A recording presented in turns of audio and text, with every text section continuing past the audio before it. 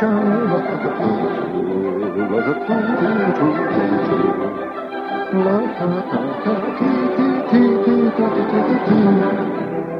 We must give you the proclaimer. Mr. Shepard is tonight in one of his sickeningly whimsical moods.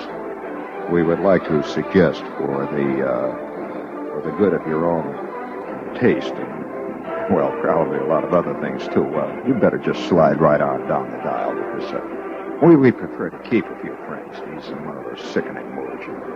I will quote Ogden Nash, do all kinds of bad stuff. Oopsie, just sickeningly whimsical. Oh, by the way, speaking of the whimsy of the world here, we'd like to salute Mrs. Mary Buys, who lives in Springs, South Africa. A lettuce-loving mother figures that she has eaten more than 15,000 heads of lettuce in 7 years. And we quote her, talk about your hang-ups, Dad.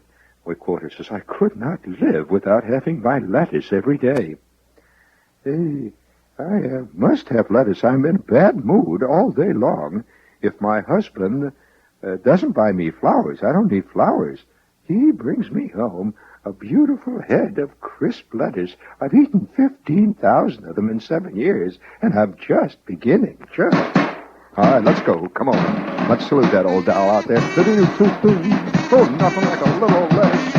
You can sit here and scoff till your bird flies out.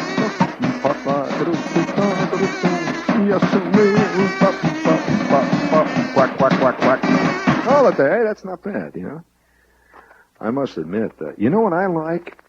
I'll tell you, I'm not a lettuce cuckoo particularly. I'm come see, come saw about lettuces. But is it leti? Or is it lettuce? It doesn't sound right to say lettuces. No. So we'll say it's leti. Lettuces. Now, that's better, lettuce. So, little classical Latin here, letici. So, Kai Coke to you. So, nevertheless, I'm not much of a lettuce man. One way or the other, I've never just been hooked on it. But you know what I love? Cabbage. Oh, boy, I like cabbage. Oh, fantastic. I mean, I like cabbage when it's, you take a cabbage, see, and you just lop it right in half. Don't break it up, just lop it right in half, you see, and you put it in a great big kettle, see, cover it up with water. And then you put about 19 slabs of the bacon in there, see, and you boil that with just a little touch of garlic, just a little wee itsy wits, just a little bit there. And you put pepper and salt in it, and you boil that, see. You boil that until that lettuce is tender. Ooh, and then you take the lettuce out, see, and then you put a little pat of butter on each half, and you have got something that is so great, it is obscene, obscene. You don't mind if I throw an extra C in there, do you? Obscene. But it is terrific. Oh, don't you know what obscene is? That's one of them Yugoslavian spaghetti dishes. Obscene palata, they call it. It's terrific, yeah. It's made out of almonds and grape juice. You just crunch it away there. But nevertheless, what a dish. I'm getting all, gee whiz, you get carried away by thoughts of cabbage. And I like cabbage raw. I like it raw. And I like it... what are we getting into here? This is silly. Now, here it is. I told you I was in a terrible, whimsical mood. Speaking of... no, I can't tell you that.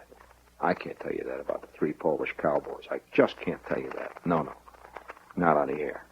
Oh, by the way, for any of you who would like to know, however, who the 3 Polish cowboys are, I would be delighted to send it to you if you're over 21. If you're over 21 and you're a bona fide sociological student, we can't just send this out to anybody. And particularly if you're Polish, you'll want to know, because you want to know about, national heritage and all that stuff. So send me, just send it to Ski, that's all. Ski, S-K-I, Ski. You send it here in charge of this station, and we'll send it to you in brown seal wrapper. We'll also send you, no, I can't tell them that one. We'll send you the secret of what is a Polish sport coat. We'll send that along. Kind of like that one. But there, these things, we don't want to get carried away. We don't want to do a serious show here tonight. No. Oh, by the way, speaking of serious things tonight, would you please give me a little more of that razzmatazz music? We'd like to salute a new sport that's sweeping the world.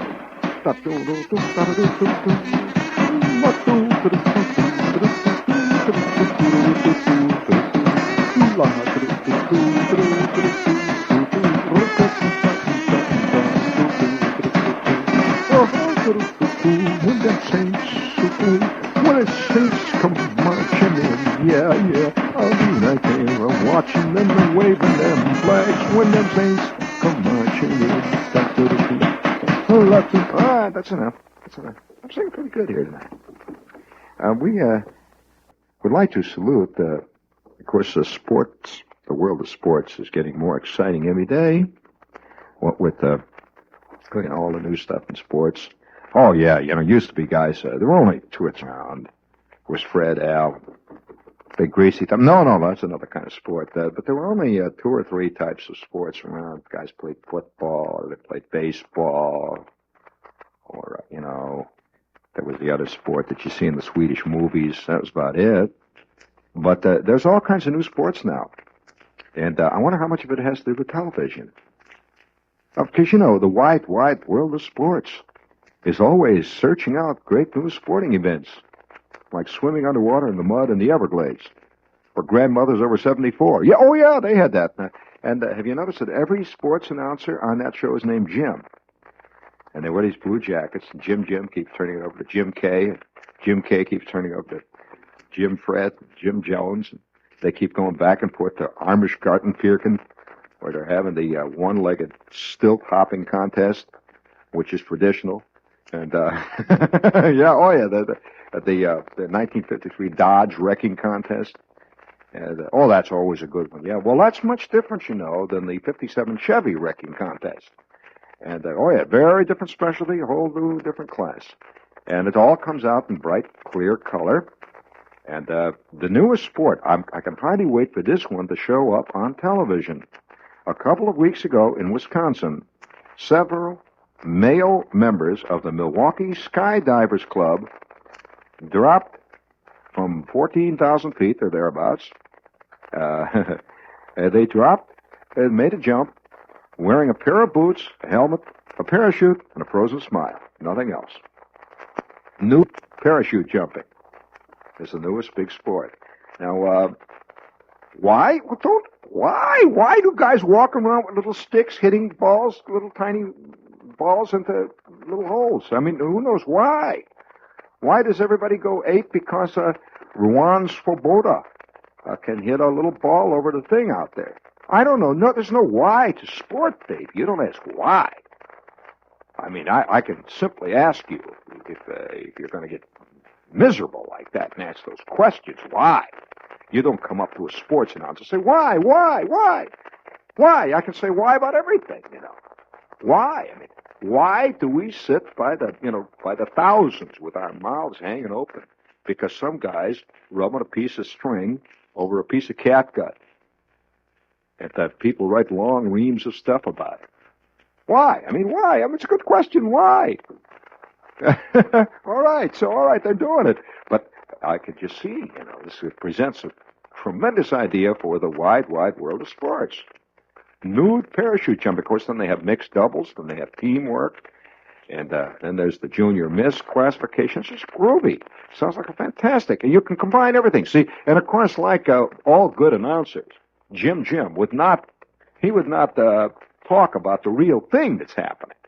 Like, for example, when they're doing a race, have you noticed when they're doing these big races at these big tracks all over, you never hear old Big Jim there, who's doing the play-by-play for the wide world of sports. He always says, and there goes Mario Andretti. Wow! He's running number 3 in his Lotus 1. There goes some blah, blah, blah. There he goes. And he never tells you, of course, that the real secret why everybody's out there waiting is some guy will go right through the fence, trailing smoke. But he never says that. It's as if we're all interested in the national point ratings. Well, now, I can just see Big Jim. This chick jumps out of this Cessna at 3,000 feet, and the zoom camera picks her up, and of course, then they got another Cessna flying. One picks it up from that angle, somebody picks it up from another angle, and there it is on the screen in brilliant color. And Jim would say, and there goes Lesbia O'Toole. She's number 7, as you know, in the National Point Championships in the skin diving parachute jumping contest. She's doing a beautiful figure 8. There is what a beautifully look at that magnificent number 6 semi-barrel slip roll. And now she's approaching the target area. It looks like it's going to be a good jump. And, yes, she just landed. Beautiful landing there. And that was a magnificent jump. That's good for 974 points at least.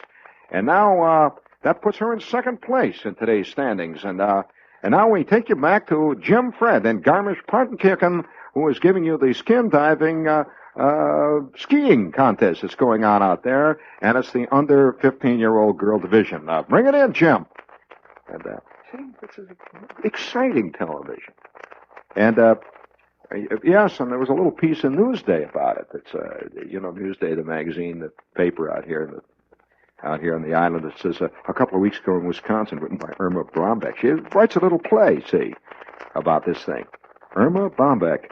It says, a couple of weeks ago in Wisconsin, 7 male members of the Milwaukee Skydivers Club dropped into the Running Bears nudist camp, wearing a pair of boots, a helmet, a parachute, and a frozen smile, nothing else. Law enforcement officers satisfied themselves that as long as the skydivers landed in a nudist colony, they were breaking the law. Well, I'm not so sure. Does the nudist colony own the airspace up to, they say, 8,000 feet above? I mean, just as easy enough, nice little old ladies out there tooling around in her Cherokee with her son-in-law, who's the nice Methodist minister down there from this nice church down. They got the kiddies off for an afternoon drive, and all of a sudden 3 guys go whistling by.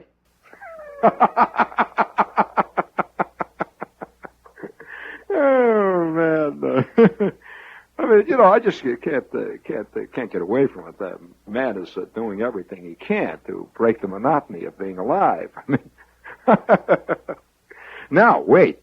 Now, did you know that I shouldn't bring this up. I won't. I stop it right there. I will not. You know that there's a club. No, I won't. No. There's a club that has to do with things like that. In fact, I ran into this club here recently, a couple of months ago. It's a club. This is the kind of thing. I'm serious when I say this. This is the kind of thing that 50 years from now, people are going to be writing about this period. They really are. This has to be one of the most fantastic periods of the 20th century. I'd say from about 1965 through now. It really is going to be written about, dissected. I remember a few years ago, I used to get all kinds of books mailed to me by publishers and stuff, and I still do, as a matter of fact, but for a while there, do you recall, just a few years ago, when there was a tremendous amount of writing about the 20s? That they were always writing about the roaring 20s, and as if that was the most fantastic, wild time in the history of America. And they were always writing about the 20s, writing about the crazy stuff they did, like, the flagpole sitting, and the guys that would eat goldfish and go over the Niagara Falls in a barrel and all that kind of stuff. Well, that stuff now seems unbelievably tame to the wild stuff that's going on now. Because listen, nobody can tell me that flagpole sitting is anywhere near as nutty than nude parachute jumping. I mean, that has to be. Can you imagine a guy making a really bad landing in a bramble patch or something? Oh boy. and the thing that even gets funnier about it is obviously the guys that are doing this stuff, you see, the guys that are doing the nude parachute jumping, that they're going to have one hell of a time years from now explaining to other people around why they went nude parachute jumping. It's going to be very tough to explain. Just like, did you ever meet a retired flagpole sitter? I did. Yeah, we had one in our neighborhood. There was a guy when I was a kid in our neighborhood who had been a famous flagpole sitter. You know, did nothing, just sit on top of flagpoles, and got to be a celebrity for it. Got famous for just sitting around on his, on the top of a flagpole. People would come from miles around to see him. And he was retired, though. Did you ever meet a retired Filipino yo-yo champ? Did you know that there were yo-yo champs all around, and they would work in the windows of the Woolworth stores? You see this guy with a T-shirt that would say "World's Champ Yo-Yo," and zing, zing, zing. He's got 19 yo-yos going. He had them attached to his feet and his ears and everything else, and doing over and under and loop to loop and barrel rolls and all that stuff with the yo-yo. Well, now that takes a great deal of concentration and work. And then one day, no yo-yo. What does a retired yo-yo champ do? Walk around and rest on his laurels? You don't have many laurels to rest on when you're... Or say, remember here a couple of years ago when everybody was skateboarding? Well, there were skateboard teams. They went out and did formation skateboard work, and they had the national championships where they would give guys gold medals. And, I don't know where retired skateboard guys go. And so there must be a special junkyard heaven.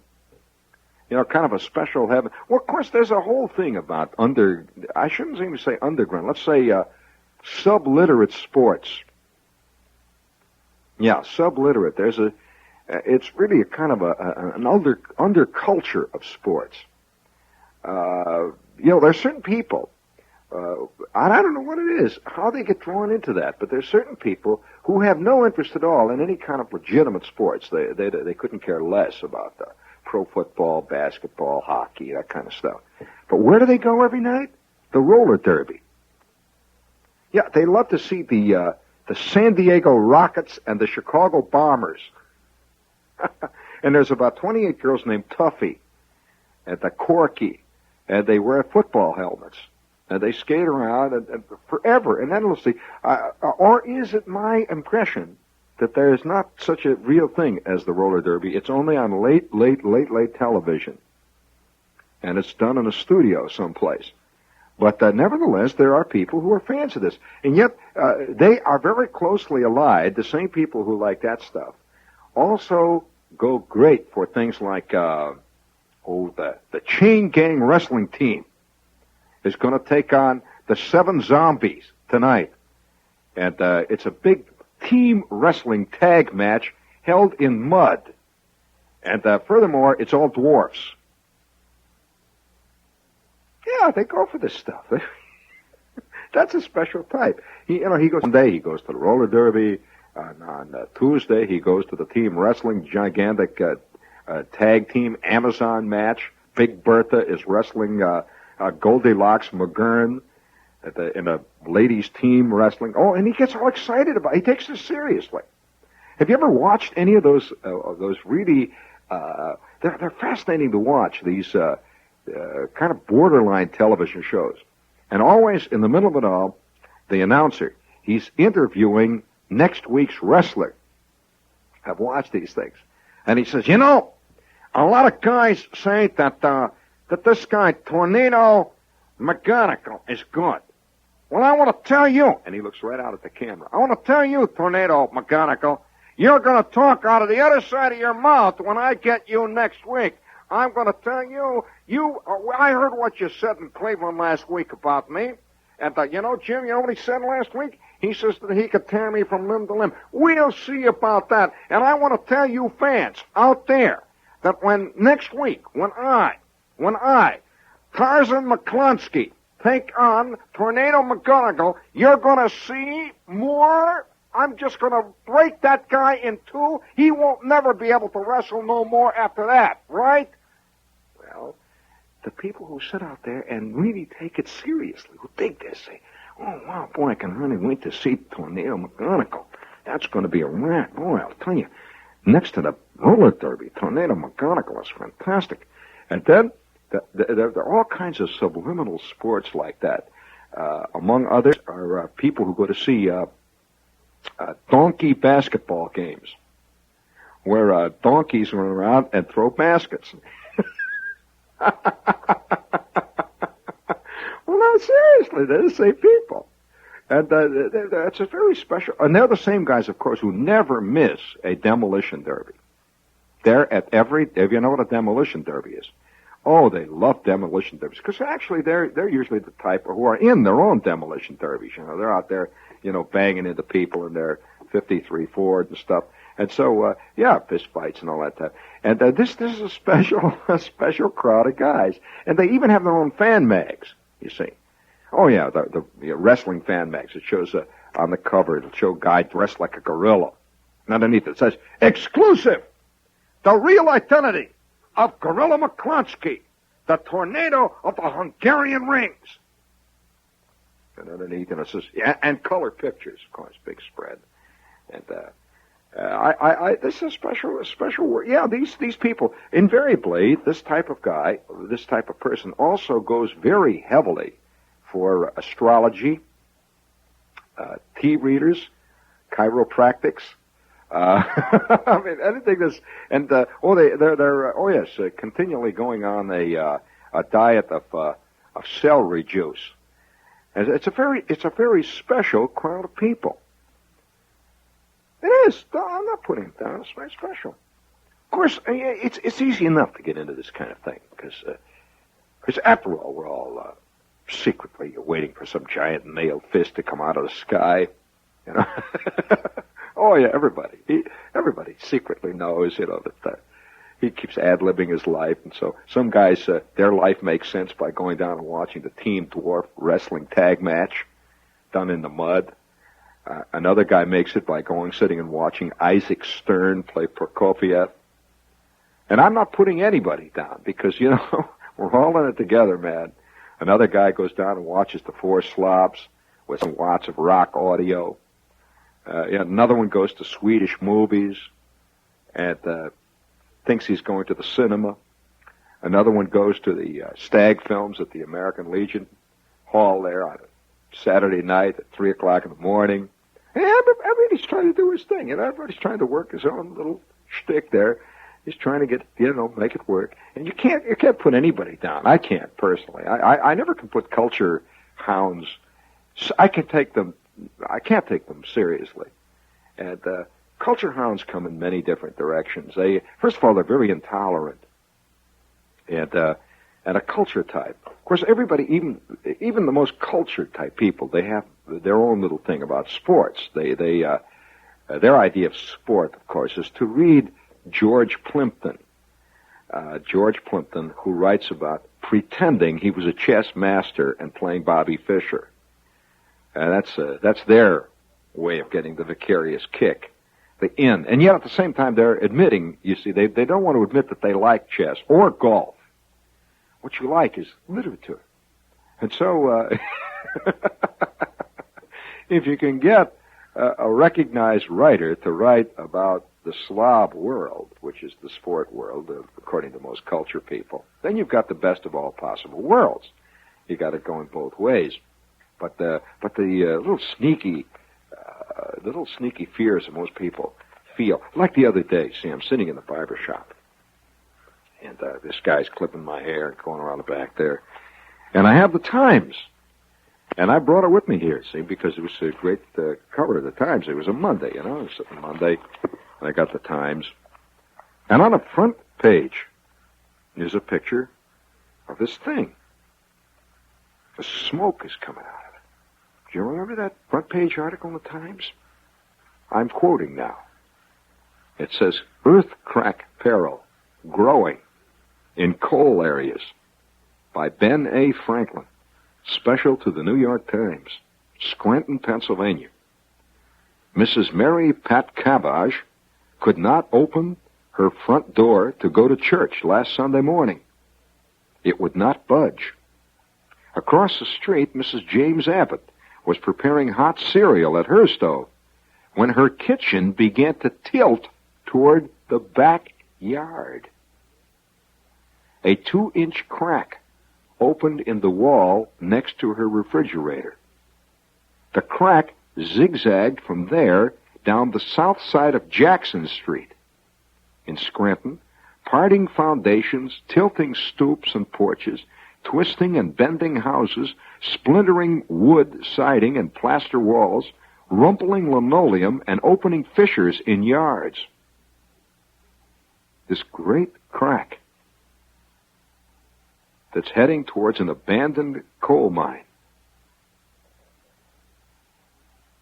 And it's just a big crack in the ground.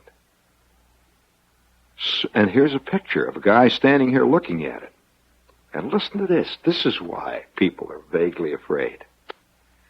Have you noticed that all of us, that there's a great deal of excitement about space exploration? Everybody is interested in space, even if he puts it down, because he can see it.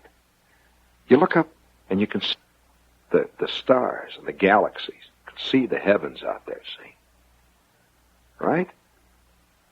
And so it isn't really that mysterious, because you can see it. And people are even interested in underwater exploration. I know, skin diving. Did you read that great piece a couple of weeks ago about treasure diving off the Florida Keys? Did you read that piece? The tremendous treasures that they know are down there? These great Spanish galleons? Well, that excites people, because we can see the ocean. It's a little scary, but not mysterious. Well, it is mysterious, but not frighteningly mysterious. There are certain areas, though, that people never talk about. They never discuss. Like the Earth. Have you ever wondered about what's just below your feet? In the Earth itself? I mean, right down there. You couldn't raise a thin dime for Earth exploration, because people are scared of it. Oh, the Earth is connected with a lot of things. Being under the Earth. And here's a picture in the Times. It shows this man standing outlined against the sky. And you see all around him, you see this mist rising and a crack in the ground. Smoke, sulfur fumes, and steam rise over fire in an abandoned mine near Wilkes-Barre, Pennsylvania.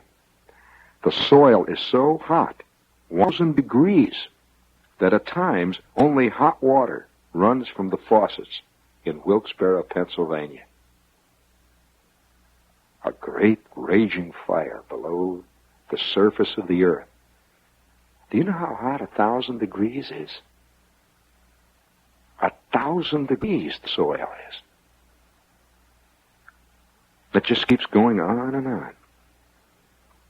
Well, now, when you think about the Earth, down inside that Earth, there's this great ball of totally molten core. The Earth is like a giant golf ball. It's got layers. And down beneath one of the critical layers is that hot, molten, fantastic innermost core of the Earth. Oh, there's been a lot of scientists are constantly fascinated by it, and they're always trying to get people to throw in a couple of bucks in the hat to send down a big, deep bore, to drill down through this special core. I don't know what the various levels are called, but there's one level that they've never been able to reach, and I don't know what the deepest that they've ever bored down into the Earth. It's a couple of miles, maybe. But that's not much when you stop to think that the Earth is how many thousands of miles through. It's a tremendous piece of real estate here. So they haven't really penetrated far into the Earth compared to how far we penetrated into space. Stop to think of it. We've already gone to the moon now. It's 250,000 miles away. And the amount of actual penetration into the Earth has been minute, tiny, compared to the Earth itself, what can be penetrated. Well, this vague sense of fear about the Earth is never said. It's unspoken. And I think it goes back into so many of the depths of our soul that that probably even now listening to this, a lot of people are a little disturbed, because the earth is connected with many things. For one, sprang from the earth. We did not spring from space. We sprang from the earth.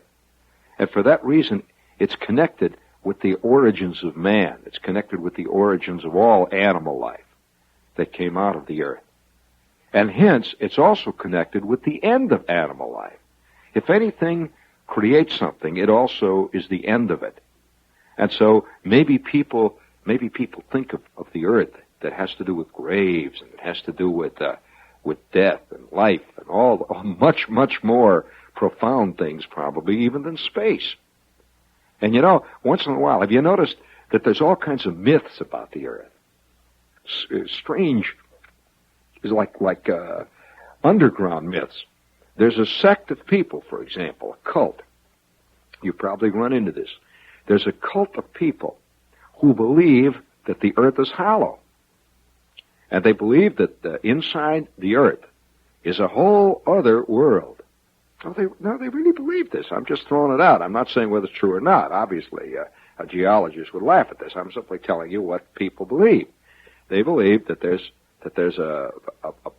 it's hollow, that the earth is like a light bulb, and that inside the earth is another sun, and that sun heats that area down in there, and that there are seas and there are continents and everything down inside, and that it is peopled by another race of people that originally lived on the top of the earth like we do, but because they realized that the earth was going in a handbasket, and that they went down somehow, they got down, and I think it has to do with the Antarctic or the Arctic, I'm not sure, but they were able to get into the interior of the earth, and they have been completely cut off from the outside world for thousands and thousands and thousands of years. They lived down there. And there are people who really seriously believe this. You've probably seen ads for that. It'll say, the secret book of hidden secrets. There'll be an ad. It says, did you know that an explorer in 1908 discovered the secret passageway in the North Pole where the people who live within the earth, the subterraneans they are called, gain access to the outside? Have you read that stuff? Get this secret hidden information. Not everybody is ready for this information, which has been suppressed by the ages. You read this stuff. There are also people who believe that we are constantly being visited by visitors from subterranean life, and they come up through elevators. Did you know that? People believe they come up through special elevators that are in major cities all over the world. And looks like any other elevator in a building. And you see this guy come out. He walks out of no, close the door, Bill. Thank you. He walks out of the building. You'd think he'd know. Come on, Bill. They're delivering the ice here for the 23rd floor. But this is fascinating to me about the various cults about the interior or the subterranean parts of the earth. And of course, there's a lot of reasons for this. And living, of course, if you live in a city, you don't know about these things. Because I think a big city, the one thing that a big city does, it gives people a feeling that there's no such thing as nature. There's only the mayor. And, that's a force of nature. I wonder how many kids who are protesting really are kids. I'm curious about that. And they believe that everything stems from the mayor and what they call the establishment. And it's very common here in New York that a couple of months back, in fact, last winter, why the city almost, they were practically ready to lynch Lindsay because it snowed. He really got bugged. He really loused that one up. And, sure, people here in this town, they believe these things strongly. It rains, they look out and they say, well, they're out in the city, New York, look at this. Somehow, it's raining on New York. And that shows that New York has failed again. Well, now, it's easy enough then to transpose yourself and to believe that people also create human nature. See, we're part of nature. That's a hard thing to accept, boy. And since we are a part of nature, we are this thing. Now, we can fight against it, but we are this thing. So to believe that it was the system that created sneakiness in people, it was the system that created the cruelty in people, or racial prejudice or bias, is to not understand man at all, Fred. Oh, man, I'll tell you. If you really believe that a system creates greed, or a system creates evil, friend, you got yourself a real, well, I should say a shock of disillusionment coming. A real shock of disillusionment. But that's very natural. I mean, when you live in a city-urban situation where almost everything can be controlled, a kid can live almost his entire life living in an air-conditioned world where it never snows and it never gets cold, never gets hot or humid. You dial or turn it down. He gets in the car and he never even sees money. The old man's got a credit card. You don't worry about that either. You drive down the street, they fill up the gas, that's the end of it. No problem. So ultimately, you have there is an illusion that's created. And the illusion is that everything can be controlled. And when it isn't controlled, somebody loused up. Somebody. Yeah, we're living in an age, I think, of the universal blame. We're living in an age of total, well, not guilt, because nobody will accept guilt. But let's put it this way. Total, I suppose you can say accusation. There's always somebody or something that is responsible for everything that happens. Well, I don't think if you live outside of the city, you're as prone to be like that. Because there are too many things that happen in your own world that you just know, that are out of control. Have you ever noticed the strange look in the eye of airplane pilots? Well, a lot of people think they get that way from looking into the sun, squinting into this romantic thing. Well, I'm an airplane pilot. And I can tell you that airplane pilots have that funny look and that strange kind of humor that they all have, because they know there's better and bigger. I shouldn't even say better. Let's put it this way. More things out there. More gigantic things than Lindsay.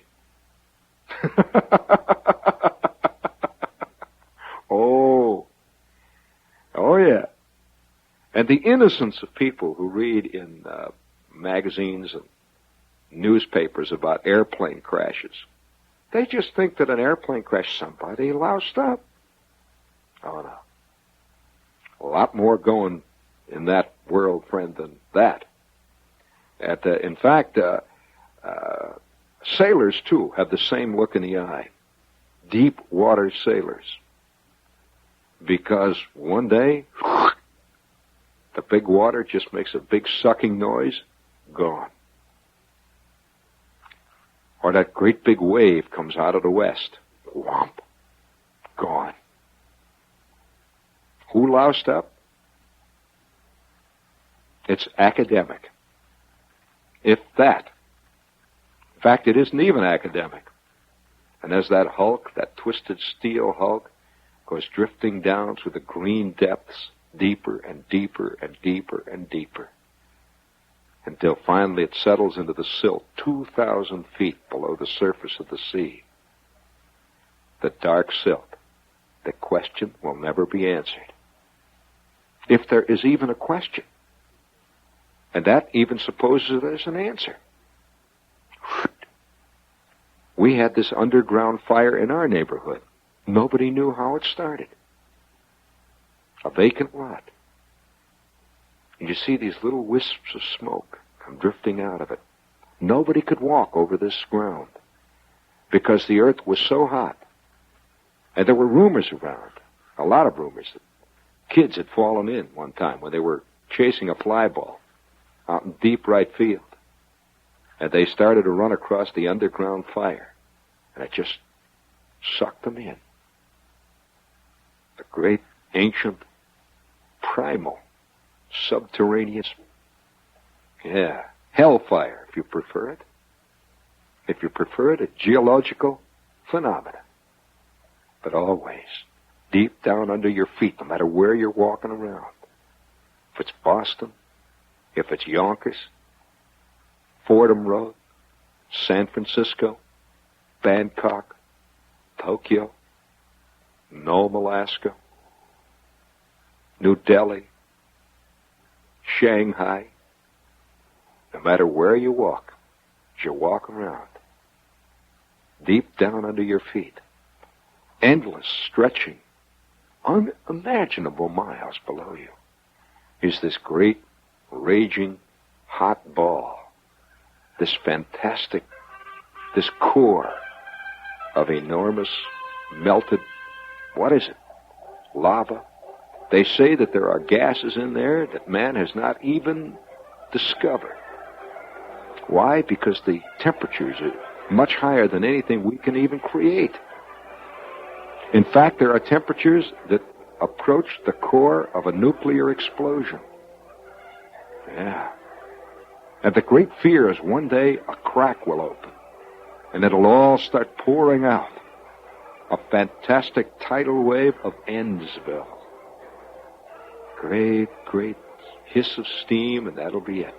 Then there are other theories that the Earth will just cool off. And so the theories go back and forth. But nobody drills the holes. And in Scranton, PA, a big crack goes wandering down the main street. The soil stands at 1,000 degrees. And a wisp of smoke rises into the autumn air. You could smell it. It has a strange, unearthly smell, and yet it is a total earth. Because it's the earth itself that's burning. Yeah, who knows the evil that lies in the heart of the earth? Only the shadow knows. And he ain't laying it on you, friends.